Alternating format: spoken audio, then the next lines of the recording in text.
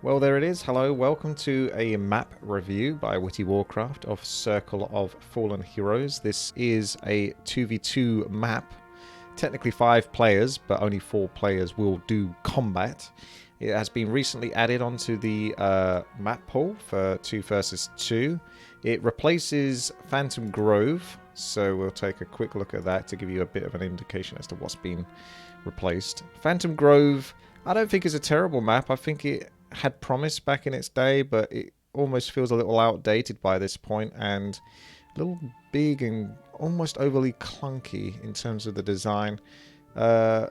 Somewhat linear despite the fact that there's so many paths one can take. I think what they did was they added these pools here to sort of limit the positions of which you can actually take your armies, and I didn't like that change that was made. So this is actually a pretty welcome introduction, this one. I'm going to try to keep these videos a bit shorter, so just going off the previous map reviews and looking at the feedback and such, I think I can ramble on way too long, so I'm going to try to keep these videos within the 10 to 15 minute mark. So that's going to be kind of like the new format. It won't include gameplay testing because that's going to just, there's too many variables for me to have to test with gameplay testing. So to warrant your time and my time, we're going to sort of almost treat this as a first impressions, but it's not quite because I've taken a little look at the map previously so I can highlight stuff in the review. Also, this is not the right map. That's Sunrock Cove. Circle of Fallen Heroes. There we go. So it's visually gorgeous. Aesthetically great. Is it balanced for all the teams?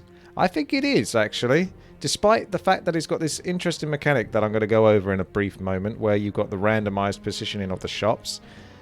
There's 5 player positions, but there's only 4 players. So that means that leaves one Red Creek camp, which will be one of the players' spawning positions, up for grabs. So that's another thing for the 2 teams to fight over, which I really like. Rather than it just be a straight up 4 versus 4 player map with 2v2, there's actually this extra thing to fight over, and that's kind of cool. Just adds a little bit of spice and flavor. So that's looking great. Aesthetically, it's incredibly beautiful. The layout is very simple but refined in the sense that it's open and anything is game. You really can go left, you can go right.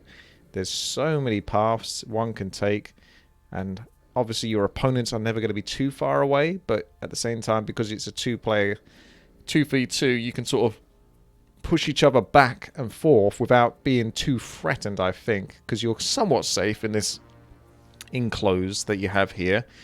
You also have these natural expansions, which are not very far away and easily sort of crept, I would say, considering. I don't think there's anything too challenging there, even for 1 player. That is definitely tough because of the 14 levels. There's a fair bit of meat to get through here. But generally speaking, not bad. The reward isn't too bad either. A level 3 charged item, that would help you maybe come back into the game. That could be like a potion of greater healing or such, I think. Let's have a little double check on that just to be sure. To confirm. Yeah, so if you're lucky, you get something like that. So if you did get in trouble, you can always sort of compensate for the damage taken. If you're a bit more unlucky, you might get Scroll of the Beast or Invulnerability Potion, which isn't necessarily bad, but it's not something you want to use early game. So it's a more expensive version of the traditional Invulnerability Potion, so it's like 15 seconds instead of 7. So let's just take a look at some of the art. It really is just a lovely flowing map. Nice open spaces, but enough to build with as a player. You've got this lovely expansion here, which is open, but at the same time somewhat enclosed. You've got naturals. This is the odd one, though, right? I took a look, and it's a Makura Tidal Lord, which is a level 7, but he's only dropping like a level 2 permanent, basically, and a level 1 power-up. It's only level 11 in total, the Creek Camp, but normally this guy would be associated with a more juicy item, but perhaps it's been tested to the degree that that's actually fairly fine. Maybe you can pull him with range units and try to keep him at a distance, and then you can be somewhat rewarded for your time to take him down, because he's got a fairly large health pool. I wouldn't say he's the toughest mob in the game, but he's just a little overly strong for a permanent level 2. Now, let's with that being said, you've got the tavern in the middle, and all these ways you can sort of go around the map. It's just really cool, but so simple. So kudos, to be quite frank. The outer layer of the map has got a lot of cool detail to it, almost like a campaign level. You could almost imagine entering from this zone, and then you're out, and you're building up a base. But each little bit sort of has a bit of detail that works in favour of the map, I think, for what it's trying to design. Like these kind of cliffs that sort of cascade off one another. And the terrain is just gorgeous, really. Like all the doodads, the flowers. There's a lot of effort put into these sort of sunken ruins style stony doodads that sort of do the map justice as well. You've got little islands, but they're obviously not inhabitable. They've got pathing blockers for balance purposes. The coral reefs. Coral! It's just really, really nice to look at, to be honest. Okay. Oh yeah, like little things like this really add a lot of flavour to the map. Just all of this on the outskirts. I think it really helps to block off manipulation in terms of destroying the trees from behind with flame strike and then entering the base from behind and getting complete control that way. So not only does it give a beautiful look, but it actually helps for gameplay balance. So pretty damn good. If I just give you a little indication as well as to the movement of units. So you got pathing here, so anything that's blue is basically good, and obviously the natural terrain. So if you use the naval as well, this will show you the pink is the land mass that players can sort of essentially build upon for the most part, except for maybe textures like this, which is technically unbuildable. But generally speaking, that's the land mass. So it works on a lot of levels. Now, let's take a look at the middle section. So you have 5 rotating shops here. They're random, but I think the way it works is they essentially always spawn like clockwise. So say, for example, if you had the green dragon here and a shop there, you can see the position of the green dragon is rotating. So it's all rotating sort of one by one. Let's have a look. So the green dragon has a shop after it, and then you got shop there in between, like next to the green dragon. So wherever the green dragon spawns, there's 2 shops next to it. Wherever the marketplace, there's a shop on the left and the mercenary camp on the right.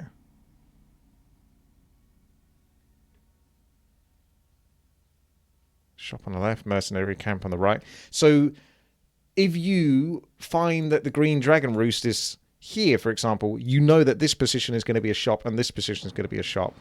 So again, that just adds a bit more flavor to the game. You don't always have a fixed position. The green dragon roost is certainly something quite ballsy, and you won't be able to access the biggest dragon from it for a long time. So I think it's kind of okay to have like a green dragon roost in the game. I don't really think it breaks the balance.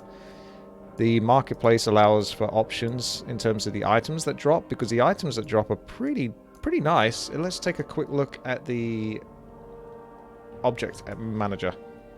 So that is going to show you what kind of items you can get. So there's 10 level 1s, 5 level 2s, and so forth. Not much in the way of charge, though. It's a little bit lacking in terms of charged, and charged items are kind of cool because essentially they're mechanical items. They could affect how much health you get back, how much mana you get back, if you can turn invulnerable, if you can summon units, if you can essentially manipulate your opponent by casting lightning shield on them or putting a sentry ward down, so that way you have control over what their movements are without them necessarily knowing. So I think there should always be more charged options in maps in general, because if a strong player really wants to go out of their way, they can essentially look for these items that could then influence how they're going to play. So if someone wanted to go very heavy with grunts with the sheer purpose of trying to put lightning shield on them, but without having to access shaman later on by themselves, they might look for creep camps that can drop a level 2 charged item, stack up on those, and hopefully find the item of choice, which would be the lightning shield, and then go harass their opponent. So charged items, there needs to be more of those. Power up items, there's quite a lot, but they're all level 1s. So a lot of pro players are probably not even going to bother picking these ones up. If you've ever watched pro games, tomes very rarely get picked up. It's not that they're bad and they're not worth picking up. It's just the time constraints. If you're playing on the top level, you're moving point per point to point to point to point. Every second counts. And if you have to take 5 seconds to walk over here and then back to get a +1 agility or something, you're not going to bother doing it, because that 5 seconds is more valuable spent harassing your opponent or taking an expansion. I'm sure I'm going to have to explain that so many times. There's so many people that don't understand why people don't pick up tomes. It just bugs them, I think, more than anything. No level 3 here. No super powerful items like level 6 onwards, because the Red Creek camp is very nasty, to be honest. You wouldn't want to do that until you're kind of grouped up with your buddies, because you've got 2 of these Elder Hydras, which have really good health regeneration, and obviously they spawn more Hydras. Sea Giant Behemoth, not the hardest character, but definitely a bit of a challenge. But he's going to drop a very nice item. If you try to beeline for him only and ignore these 2, you'll get a good item, but you will get poisoned a lot. So all of the creek camps seem more or less on point. This one's a bit confusing. This one's a bit tough, but not necessarily too tough since there's only one of it, so it's fine. And the air is a little bit interesting on the Green Dragon. It's flavorful. It works for what it's trying to represent.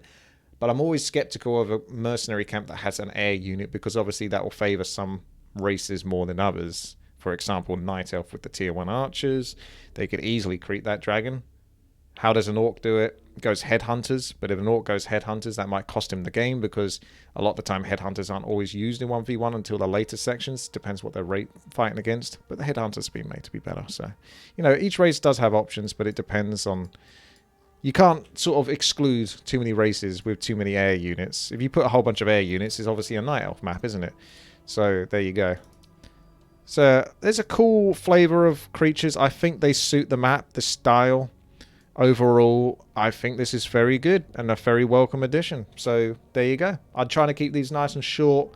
Just quick, flavorful impressions rather than this deeper, rambling analysis, which sometimes can...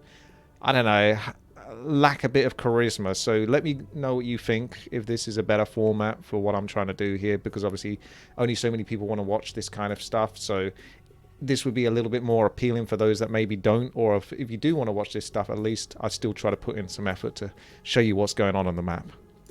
So that's Circle of Fallen Heroes. Thank you very much for watching. I'll take a look at a few more maps. Those will also be featuring on the channel as well at some point.